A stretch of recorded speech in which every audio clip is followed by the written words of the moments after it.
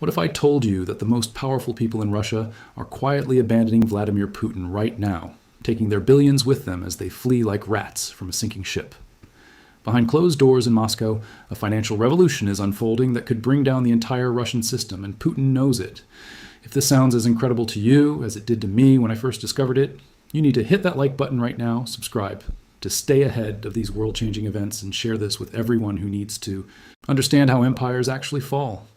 Because what you're about to learn will shock you. For over 2 decades, Vladimir Putin built his power on a simple deal with Russia's wealthiest citizens. Stay loyal, keep quiet about politics, and you can keep making money. Cross me and you'll lose everything, possibly including your life. This arrangement created a class of super-rich oligarchs who became Putin's most important supporters. They financed his political machine, helped him control the economy, gave him the resources he needed to project Russian power around the world. These weren't just wealthy businessmen, they were Putin's partners in power. Men like Roman Abramovich, who made billions in oil and steel, Oleg Deripaska, who controlled vast aluminum and energy empires, Alisher Usmanov, whose fortune spanned mining, telecommunications, and media. Each of them understood that their wealth existed only because Putin allowed it. This system worked perfectly for Putin because it solved one of the biggest problems any dictator faces: how to stay rich and powerful while keeping potential rivals under control. By making the oligarchs dependent on his goodwill, Putin ensured their loyalty. They had too much to lose by opposing him and too much to gain by supporting him. But something fundamental has changed in the last 2 years. The same oligarchs who once competed to show their loyalty to Putin are now quietly moving their money out of Russia as fast as they can. They're buying property in Dubai, transferring funds to Swiss banks, purchasing cryptocurrency, and even relocating their entire families to foreign countries. The loyalty that Putin bought with wealth and fear is crumbling before our eyes. The turning point came when Putin made a decision that terrified even his closest supporters.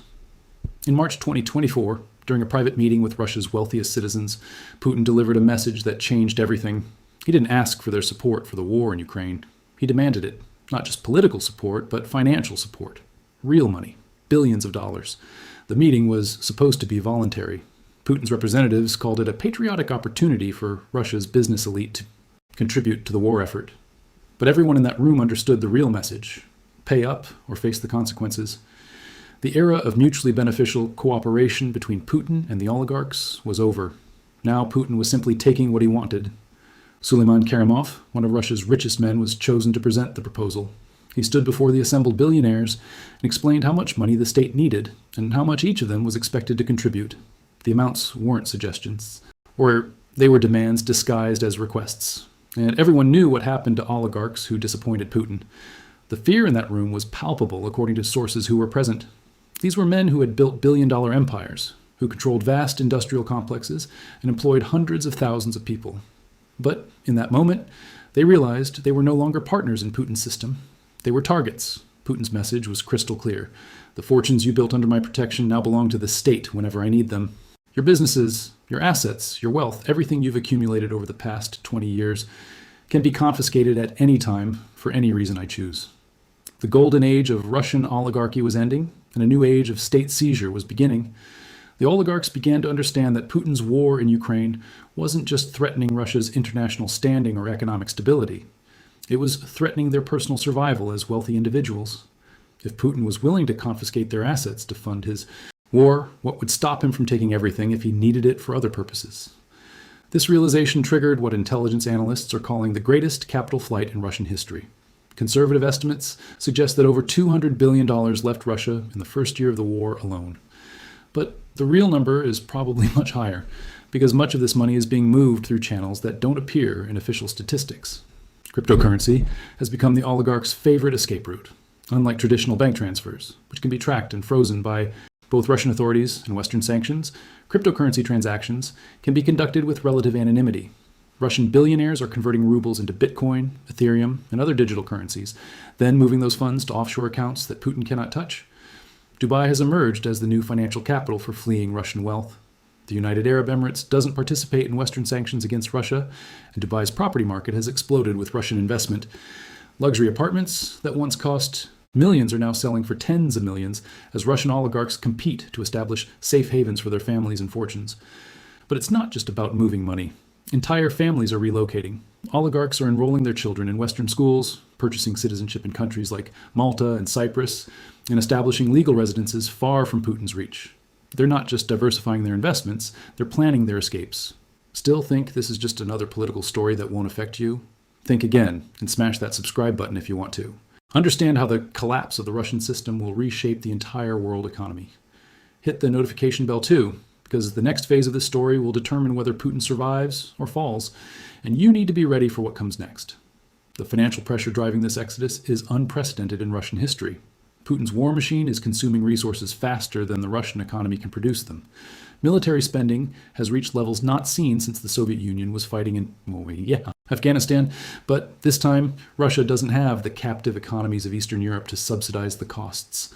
Last year alone, Russia spent approximately 75 billion euros on military operations. That's roughly 8% of the country's entire economic output dedicated solely to warfare. To put this in perspective, most developed countries spend between 1 and 3% of their GDP on defense during peacetime. Russia is spending nearly 3 times that amount, and the costs keep rising. The first quarter of this year was even worse. Russian military spending reached 64 billion euros in just 3 months, consuming nearly half of all federal government expenditures during that period. At this rate, the war is on track to cost Russia over 200 billion euros this year alone. Since the invasion began, total war-related expenses have exceeded 500 billion euros. Where is this money coming from? Initially, Putin relied on Russia's massive foreign currency reserves and the national wealth fund, which was designed to stabilize the economy during crises. But those reserves are shrinking rapidly, and the fund that was supposed to last for decades is being depleted in months. Oil and gas revenues, which historically funded the Russian government, are under unprecedented pressure. Western sanctions have forced Russia to sell energy at massive discounts, sometimes 30 to 40% below market prices. Transportation costs have skyrocketed because Russian oil must now be shipped to Asia instead of Europe. Ukrainian strikes against Russian refineries and fuel infrastructure have disrupted production. The result is that Russia's most important source of income is generating far less money than Putin's budget requires. The Russian stock market tells the story even more clearly. Russian companies have lost between 20 and 50% of their value since the war began. The market has experienced its longest sustained decline since the 1997 financial crisis. Investors, both Russian and foreign, are fleeing Russian assets as fast as they can. For oligarchs who built their fortunes on the Russian stock market, this collapse represents an existential threat. Companies that were worth billions are now worth hundreds of millions. Industrial complexes that generated massive profits are now struggling to break even. The economic foundation that supported oligarch wealth is crumbling, but the financial crisis is only part of the story. Putin's demands for money are accompanied by an even more terrifying threat, the possibility of prosecution and imprisonment for anyone who doesn't comply. Russian. Prosecutors have dramatically increased their seizure of private assets, targeting businessmen with foreign connections or dual citizenship. The logic is simple and brutal. If you have the means to leave Russia, you're a flight risk. If you're a flight risk, you're probably disloyal. If you're disloyal, your assets belong to the state. Over the past year, prosecutors have confiscated assets valued at more than 44 billion euros, including agricultural holdings, gold mines, airports, and entire industrial complexes. These seizures aren't random. They're carefully targeted to send a message to other oligarchs. Roman Abramovich, once one of Putin's closest allies, saw his assets frozen and his British football team confiscated. Oleg Deripaska's aluminum empire faced sanctions that destroyed its international business. Alisher Usmanov's media and technology companies were dismantled by government investigations. The message to other oligarchs was unmistakable. Your loyalty means nothing if Putin needs your money. Your past support provides no protection if the state requires your assets. Your friendship with Putin will not save you if he decides you're expendable. Even more terrifying for the oligarchs is the realization that Putin's protection, which they once considered absolute, no longer exists. Ukrainian drone strikes are reaching deep into Russian territory, targeting the very businesses and infrastructure that oligarchs depend on. Wildberries, Russia's largest online retailer, has been forced to relocate warehouses to Kazakhstan after repeated Ukrainian attacks on its Russian facilities. Property owners are refusing to lease space to major Russian companies because they fear becoming targets for Ukrainian strikes. The physical infrastructure of oligarch wealth is under constant threat, and Putin cannot protect it. The man who promised absolute security in exchange for absolute loyalty can no longer deliver on his most basic promise. This vulnerability extends beyond physical attacks. The oligarchs are discovering that their businesses cannot function in a war. Economy. Supply chains that depended on Western technology and components have been severed. International partnerships that took decades to build have been destroyed overnight. Markets that generated billions in revenue have been closed by sanctions. The most sophisticated Russian companies, which once competed globally, are now struggling to maintain basic operations. Technological sanctions have cut them off from advanced computer chips, software, and manufacturing equipment. Financial sanctions have made international transactions nearly impossible. The business environment that created oligarch fortunes no longer exists. But perhaps most frightening for the oligarchs is the realization that they're not just losing money, they're losing relevance. Putin's war economy is increasingly controlled by the military-industrial complex and the security services. Traditional business leaders are being replaced by generals and intelligence officers who understand weapons production but have no experience with international commerce or financial markets. The oligarchs who once shaped Russian economic policy now find themselves excluded from important decisions. Their advice is ignored, their concerns dismissed, and their expertise considered irrelevant. They're becoming obsolete in Putin's new Russia, and they know it. Government officials are fleeing alongside the oligarchs, proving that the crisis extends far beyond the business community. Denis Buyev, who served as Deputy Natural Resources Minister, fled to the United States on the same day he was dismissed from his position. His departure demonstrates that even senior government officials no longer trust Putin to protect them from prosecution or persecution. Ready for the most shocking part of this story? Like this video, if you can't believe how far Putin's support has collapsed, make sure you're subscribed, because what I'm about to reveal about the oligarchs' escape routes will amaze you. Share this with someone who needs to understand how dictatorships, the methods oligarchs are using to escape Putin's reach, reveal the sophistication of modern financial warfare. Traditional bank transfers, which can be monitored and blocked by both Russian authorities and international sanctions, have been largely abandoned. Instead, Russian billionaires are pioneering new forms of wealth preservation that operate outside conventional financial systems. Cryptocurrency has become the preferred vehicle for large-scale capital flight. Unlike bank deposits, which exist in specific jurisdictions and can be frozen by government action, cryptocurrency exists in a decentralized network that no single authority can control. Russian oligarchs are converting billions of rubles into Bitcoin and Ethereum, then moving those funds through complex blockchain transactions that are extremely difficult to trace. The process typically involves multiple steps designed to obscure the money's origins. Rubles are first converted to cryptocurrency through Russian exchanges. The cryptocurrency is then transferred through a series of digital wallets, often involving privacy-focused coins like Monero that are designed to hide transaction details. Finally, the cryptocurrency is converted back to traditional currency in jurisdictions like the United Arab Emirates or Switzerland, where Russian sanctions don't apply. Real estate has become another crucial escape route, particularly in Dubai and Monaco. These markets have experienced explosive growth in Russian investment, with some properties selling for prices that seem to make no economic sense until you understand they're essentially money laundering operations disguised as real estate purchases. A luxury apartment in Dubai that might normally sell for $5 million is being purchased by Russian buyers for $15 or $20 million. The extra cost is essentially a fee for converting sanctioned Russian wealth into untouchable foreign assets. These properties can later be sold or used as collateral for loans, effectively cleaning the money and making it accessible through the international financial system. Gold has experienced a renaissance among Russian oligarchs seeking to preserve wealth outside the banking system. Unlike cryptocurrency or real estate, gold is a physical asset that retains value regardless of political or economic conditions. Russian buyers are purchasing gold through intermediaries in Kazakhstan, Armenia, and Turkey, then storing it in secure facilities in Switzerland and Singapore.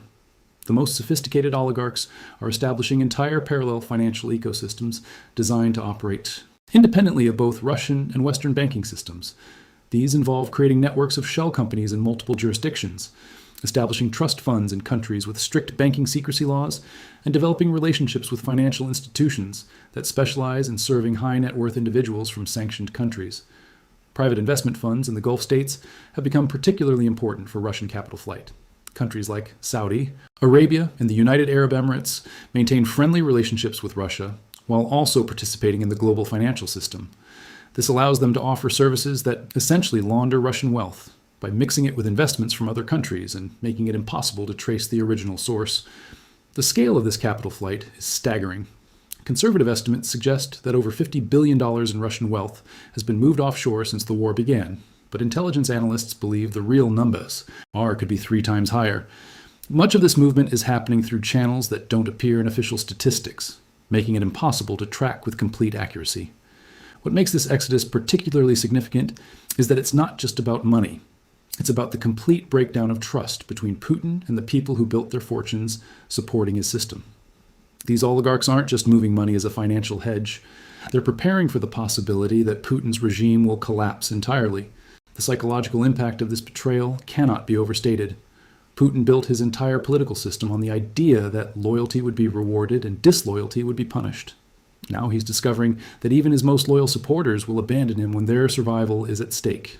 The oligarch's flight represents a vote of no confidence in Putin's future that is more powerful than any opposition protest or international sanction. Each $1 billion that leaves Russia weakens Putin's regime in multiple ways. It reduces the resources available to fund the war effort. It demonstrates to other potential supporters that aligning with Putin is becoming a losing proposition. It creates financial pressure that forces Putin to make increasingly desperate decisions. And it establishes a foundation for post-Putin Russia that will be controlled by people who have positioned themselves beyond the current regime's reach. The oligarch's escape also reveals the fundamental weakness of authoritarian systems that depend on personal loyalty rather than institutional strength. When a dictator's supporters believe his regime is failing, they don't fight to save it. They position themselves to survive its collapse and profit from whatever comes next. Putin's response to this betrayal has been predictably brutal. Asset seizures have accelerated, with prosecutors targeting anyone suspected of moving money abroad. New laws make it easier to confiscate wealth from people accused of supporting foreign governments or undermining Russian interests. The definition of treason has been expanded to include almost any form of international business activity, but these crackdowns are only accelerating the exodus. Every new seizure convinces other oligarchs that they need to move their money faster. Every new law targeting international business makes it clearer that Putin views the business community as an enemy rather than an ally. The regime's attempts to stop capital flight are creating the very desperation that drives more capital flight. The international implications of Russia's oligarch exodus extend far beyond Russian borders. These billionaires are bringing massive amounts of capital to countries like the UAE, Turkey, and Kazakhstan, potentially destabilizing local economies and creating new forms of international influence. The money that once funded Putin's political machine may now be used to shape politics in other countries.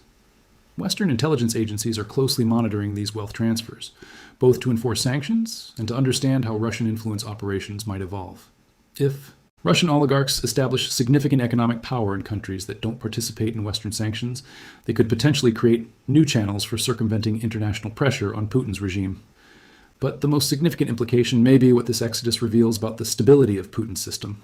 When the people who built their fortunes supporting a leader begin planning for his downfall, that leader's days are numbered. The oligarch's flight isn't just a response to current pressures. It's preparation for a post-Putin future that they believe is inevitable. The Russian system that Putin built over 2 decades is collapsing from within. The loyalty he bought with wealth and fear is evaporating as his supporters realize that association with his regime has become a liability rather than an asset. The oligarchs who once competed to demonstrate their support for Putin are now competing to distance themselves from him as quickly as possible. This internal collapse may prove more decisive than any external pressure in determining Putin's fate. Dictatorships can survive international sanctions, military defeats, and popular protests. They cannot survive the defection of the elite groups that make their power possible. When Russia's wealthiest citizens conclude that Putin's regime is doomed, they create a self-fulfilling prophecy that ensures its destruction. The flight of Russia's oligarchs represents more than just a financial crisis. It represents the complete breakdown of the social contract that held Putin's system together. The men who once shared power with Putin are now preparing for a future without him. Their billions of dollars, safely hidden beyond his reach, will determine who controls Russia after Putin falls. The revolution that will bring down Putin's regime isn't happening in the streets of Moscow or on the battlefields of Ukraine. It's happening in the private banking centers of Dubai and the cryptocurrency exchanges of Hong Kong, where Russia's elite are quietly voting with their wallets against the system they once supported. And their vote is clear. Putin's time is over.